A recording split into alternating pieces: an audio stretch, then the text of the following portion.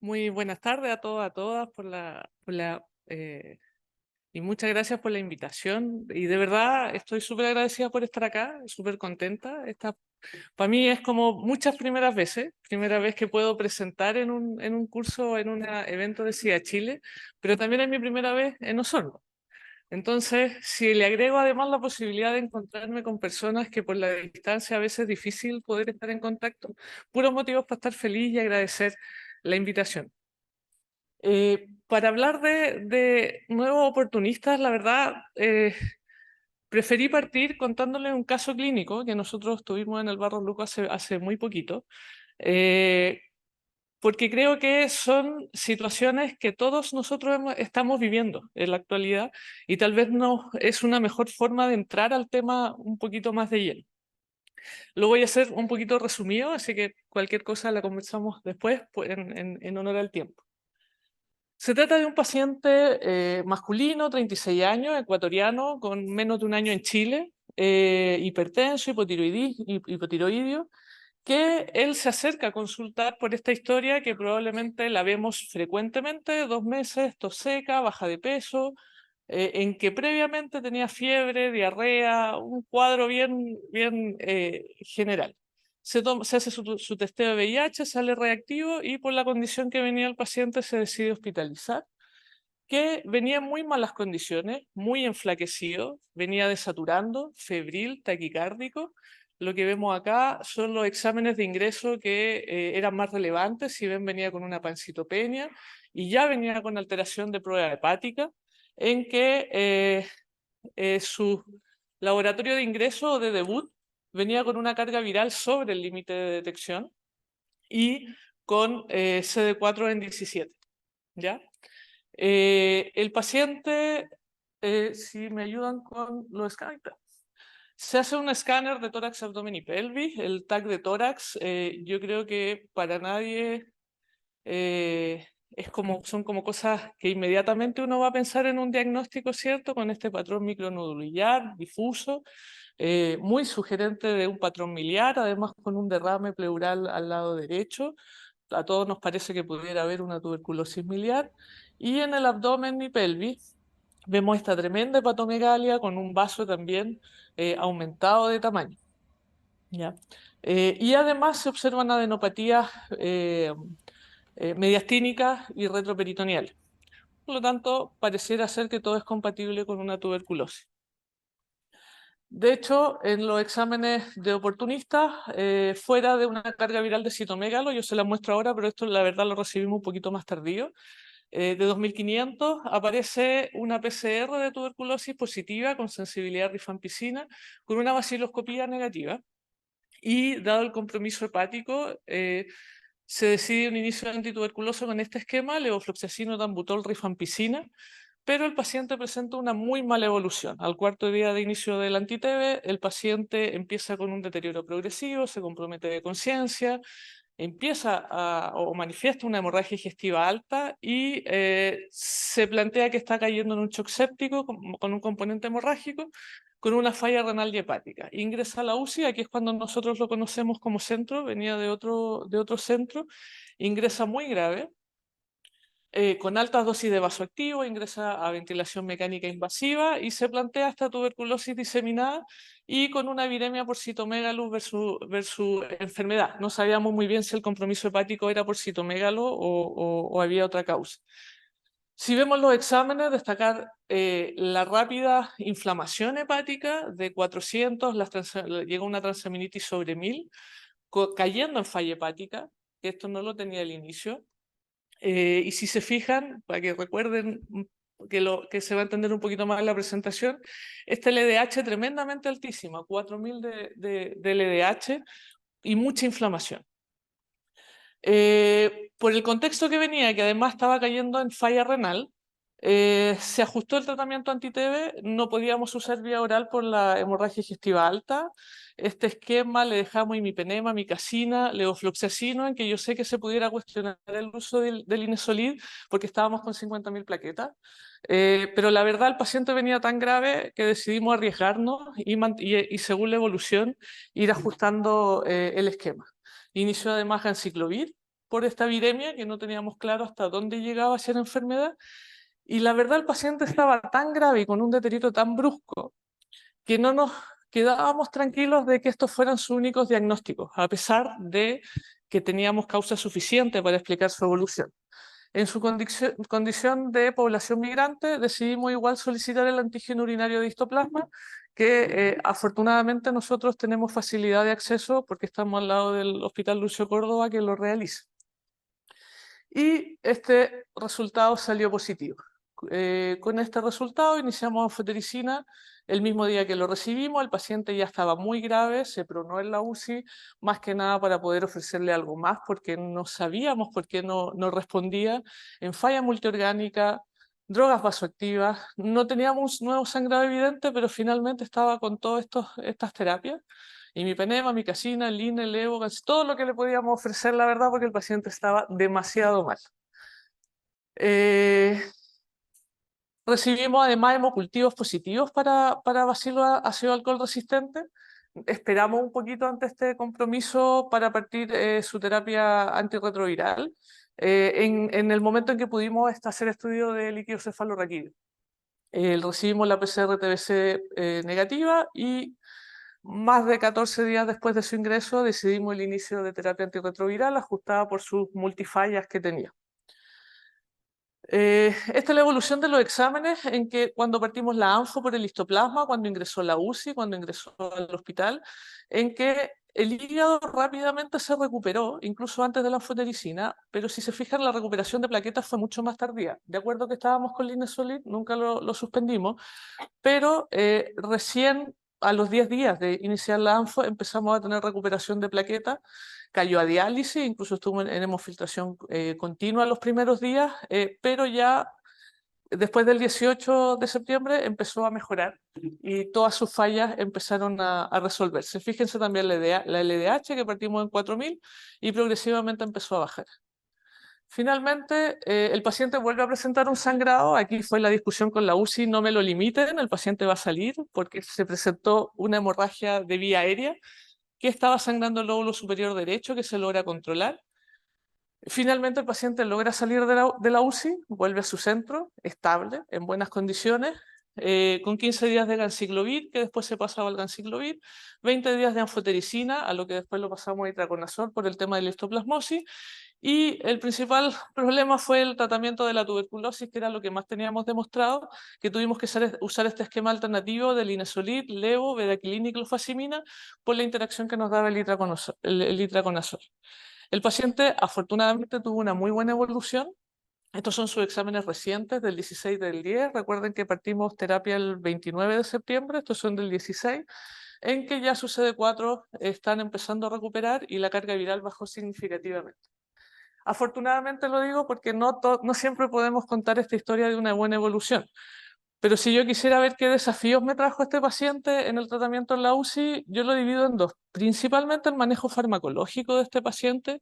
Tanta coinfección, tanta cosa, hizo que todos los días teníamos que pensar si lo que le estábamos dando no le estaba produciendo más daño y le iba a dar un beneficio, no solo por los oportunistas, sino que por las interacciones que los fármacos tienen entre sí. Pero lo que yo todavía no tengo claro es si realmente tuvimos una histoplasmosis, que finalmente este diagnóstico también nos vino a complicar un poquito la vida con el tratamiento final. Y a lo que me voy a referir principalmente es a esto, al tema de si realmente o cuándo tenemos que pensar en una histoplasmosis, que es el principal desafío que estamos teniendo hoy en día con estos pacientes. ¿Qué es histoplasma? Yo creo que muchos lo han escuchado. Es un hongo que entra en la categoría de dismórfico porque tiene una condición que tienen varios hongos endémicos que cambia su morfología según la temperatura y las condiciones en las que se encuentra.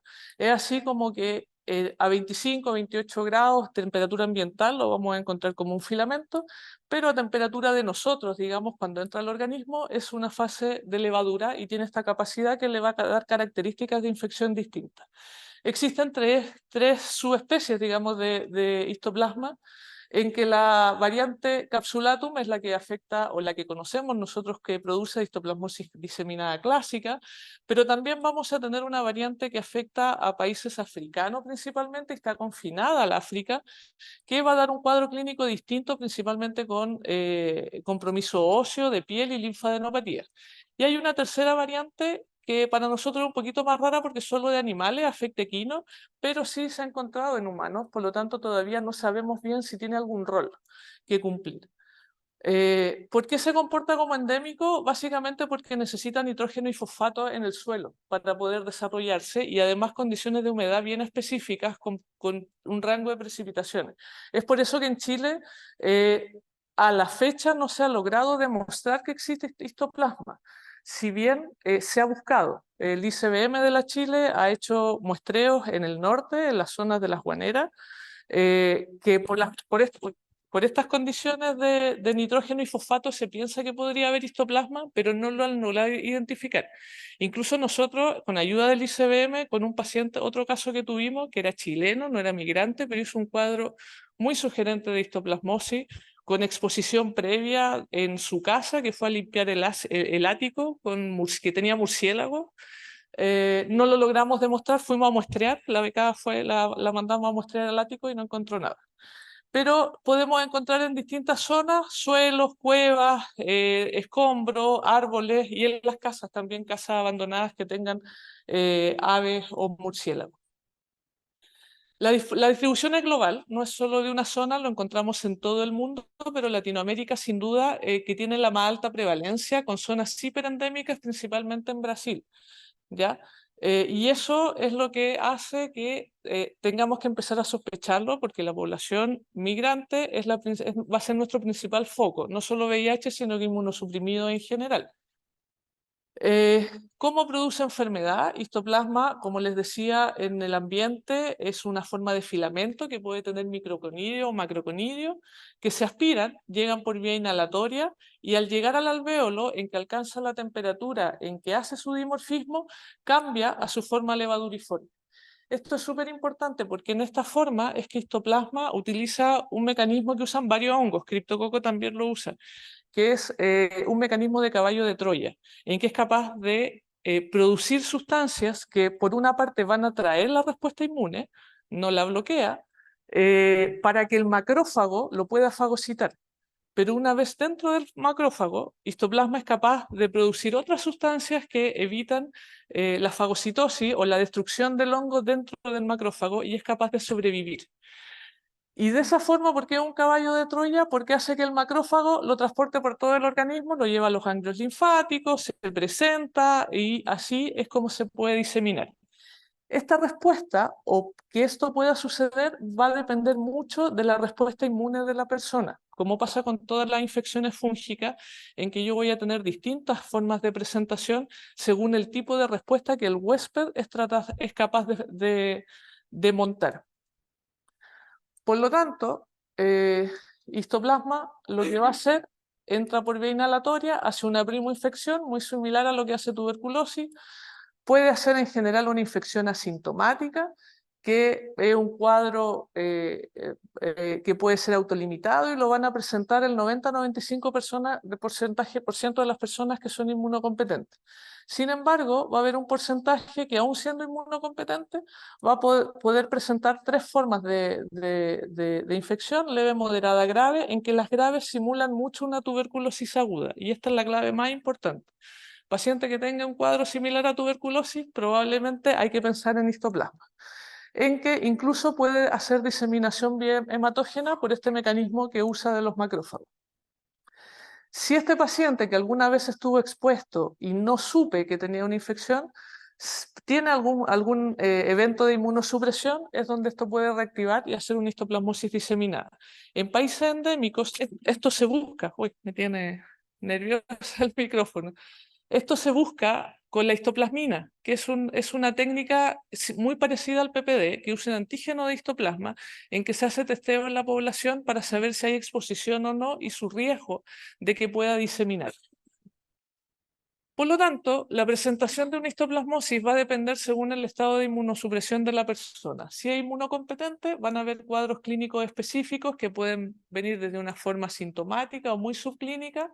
Puede haber una infección primaria pulmonar que puede ser autolimitada, con algún cuadro de tos, con un cuadro tipo neumonía, o una crónica progresiva, que es como es una forma cavitada muy similar a una tuberculosis que se va a presentar incluso en años.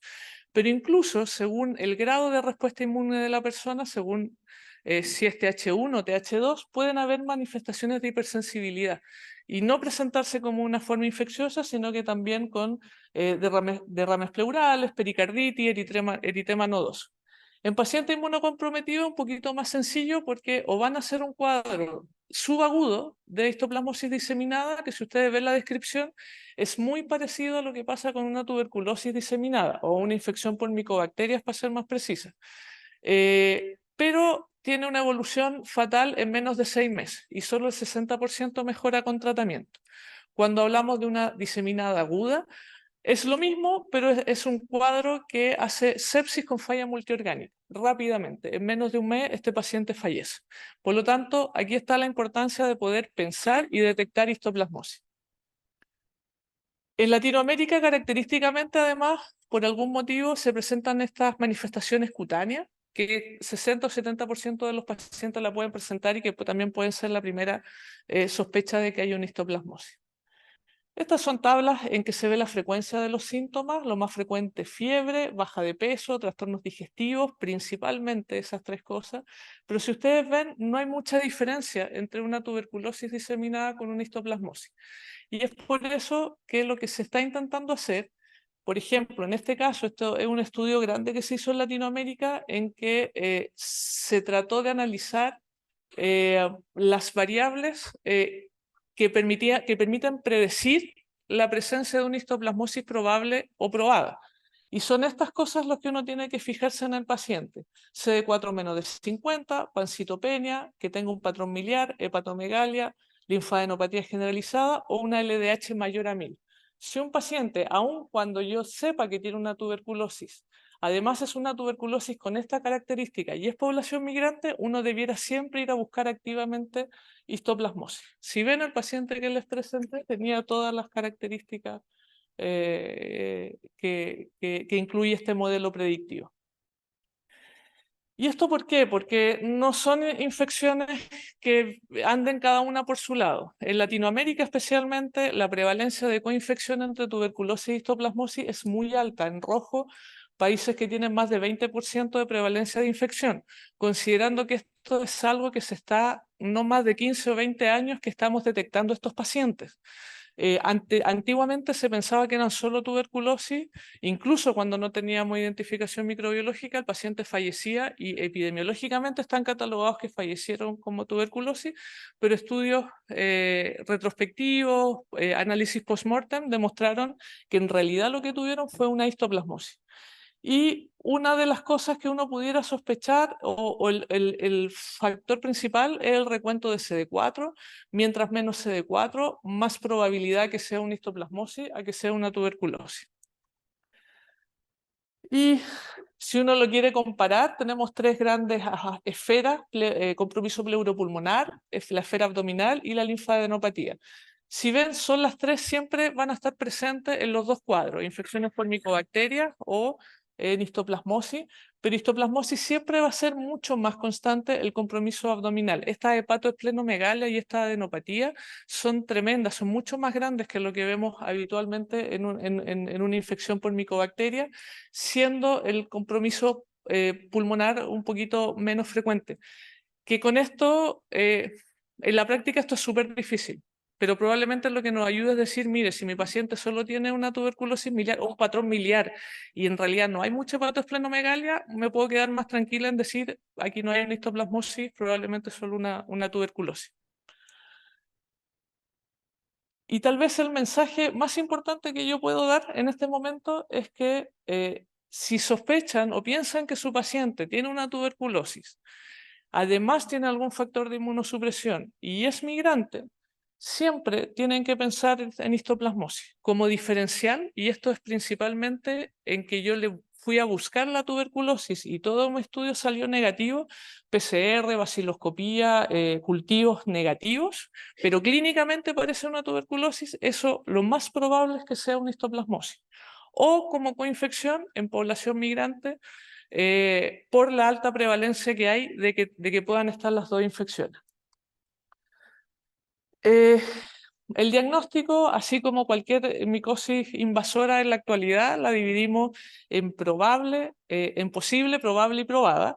Y también para la endémica se acogió esta clasificación en que va a ser probada solo cuando yo logro rescatar el hongo. Y esto es lo más difícil. Hacer cultivos de histoplasmosis o poder identificar el hongo es tremendamente difícil. Recordar nuevamente filamento en ambiente y lo que yo voy a ver en el examen directo son las levaduras de histoplasma dentro de los macrófagos, que es lo que uno ve a estas que son fotografías reales de pacientes. Esto es tremendamente difícil de conseguir. Y es así como existen muchas estrategias diagnósticas en donde tenemos la microscopía y cultivo que nos va a dar lo definitivo, pero también pudiéramos usar serología. En histoplasma aquí no estamos hablando de IgG o IgM, estas son serologías específicas que se llaman anticuerpos H o anticuerpos M, que no me voy a referir mucho porque en población VIH esto solo se positiviza en un 30%, por lo tanto en esta población no va a ser un buen elemento diagnóstico. Por lo tanto nos quedamos con la detección de antígenos y con las PCRs que están recién empezando a aparecer, pero yo necesito tener identificado algún hongo para poder hacer una PCR, por eso el rendimiento o la posibilidad de hacerlo un poquito más variable. Y nos estamos quedando con la detección de antígenos, que lo que uno busca es un galactomanano, que es muy parecido al de Aspergillus, pero este es un galactomanano de histoplasma, que es lo que van a ir a buscar las técnicas. Estos son los rendimientos. Si ven, para la diseminada, que es la que nos interesa en estos momentos, antígeno, muy buena sensibilidad. Miren los cultivos, lamentablemente muy bajo, y por eso uno no lo toma como una alternativa, si bien la recomendación es siempre ir a buscarlo en algún cultivo. Esto hace que la mayoría de los casos queden clasificados como probable, y la histoplasmosis probable es que tenga el paciente antecedente de exposición, que tenga clínica y que tenga un antígeno de histoplasma de alguna parte positivo. Con eso uno tiene una histoplasmosis probable y tiene que tratar sí o sí al paciente. Solo para mencionar el cultivo, se requiere laboratorios de micología, ¿ya? No es algo que sea fácil de cultivar en todas partes. Nosotros hemos tenido muy buenos rendimientos. Nosotros trabajamos en este tema con el laboratorio de Lucio Córdoba, que tiene mucha experiencia en aislar e identificar en los cultivos histoplasma, y muchas veces usamos mielocultivos, especialmente cuando el paciente está con pancitopenia o tiene algún compromiso hematológico. Ir a la médula a buscar el histoplasma da muy buenos rendimientos. Estos son los tipos de cultivo, pero fíjense, si yo lo quiero buscar en expectoración o en otra zona, anda muy mal. Por lo tanto, la recomendación, si lo van a buscar, sangre.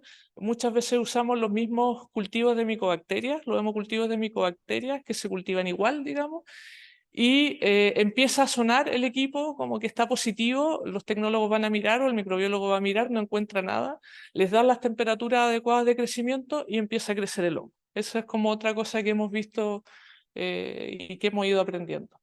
Respecto al antígeno urinario, como les decía, esto es un galactomanano. Van a haber dos técnicas principales, la inmunocromatografía o el ELISA, ¿ya? Y esto es súper importante porque los rendimientos van a ser distintos. La inmunocromatografía es un lateral flow. El ELISA cuesta un poquito más de encontrar, especialmente para nosotros, que no está muy disponible, pero tiene muy buena sensibilidad y especificidad. Este metaanálisis comparó varias técnicas o varios resultados en Latinoamérica, pero la mayoría son ELISA. Y si ven, la mayoría se acercan al 100%. O sea, uno puede tener tranquilidad al tomar este examen, pero siempre tiene que ser con sospecha clínica. No me sirve de screening porque van a encontrar muchos falsos positivos, especialmente si lo hacen por inmunocromatografía, y también en algunos casos pueden haber reacciones cruzadas con otros hongos. Mi recomendación, si tienen disponibilidad en su centro, pidan al laboratorio que les muestre el inserto del fabricante, porque ahí especifican claramente con qué hongos hay reacciones cruzadas y cuáles son los falsos positivos, para poder hacer una correcta interpretación y no sobretratar pacientes. Ya terminando, estas son las recomendaciones de la Organización Panamericana de la Salud respecto al manejo de histoplasmosis en personas con VIH. El diagnóstico se establece por la presencia de antígenos de histoplasma circulante, por su costo y porque en otros países, no en Chile, es de fácil acceso y es rápido. Sí, pero siempre, independiente de la recomendación, insisto, en estas infecciones fúngicas siempre hay que tratar de identificar el hongo para tener un diagnóstico un poquito más de certeza. Tratamiento, siempre el tratamiento va a ser con itraconazol. En formas que no son graves, uno puede partir itraconazol directo, con dosis de carga de 600 miligramos en el día, y después uno baja la dosis a 400. Pero en el caso de pacientes VIH o que tengan meningoencefalitis asociada, como habitualmente se van a presentar graves, uno siempre debiera partir con anfotericina liposomal las 2 primeras semanas. Podríamos discutir la recomendación entre liposomal o deoxicolato. Yo creo que para nosotros es lo que tengamos disponible. Las recomendaciones de liposomal vienen muy de Europa, que son lugares que tienen más fácil acceso y que tienen erradicada la deoxicolato. Cualquiera de las dos sirve, pero hay que iniciarla lo más precoz posible. Y una vez que se completan las 2 semanas, uno pasa al itraconazol y lo mantiene por 3 meses y después pasa a profilaxis secundaria.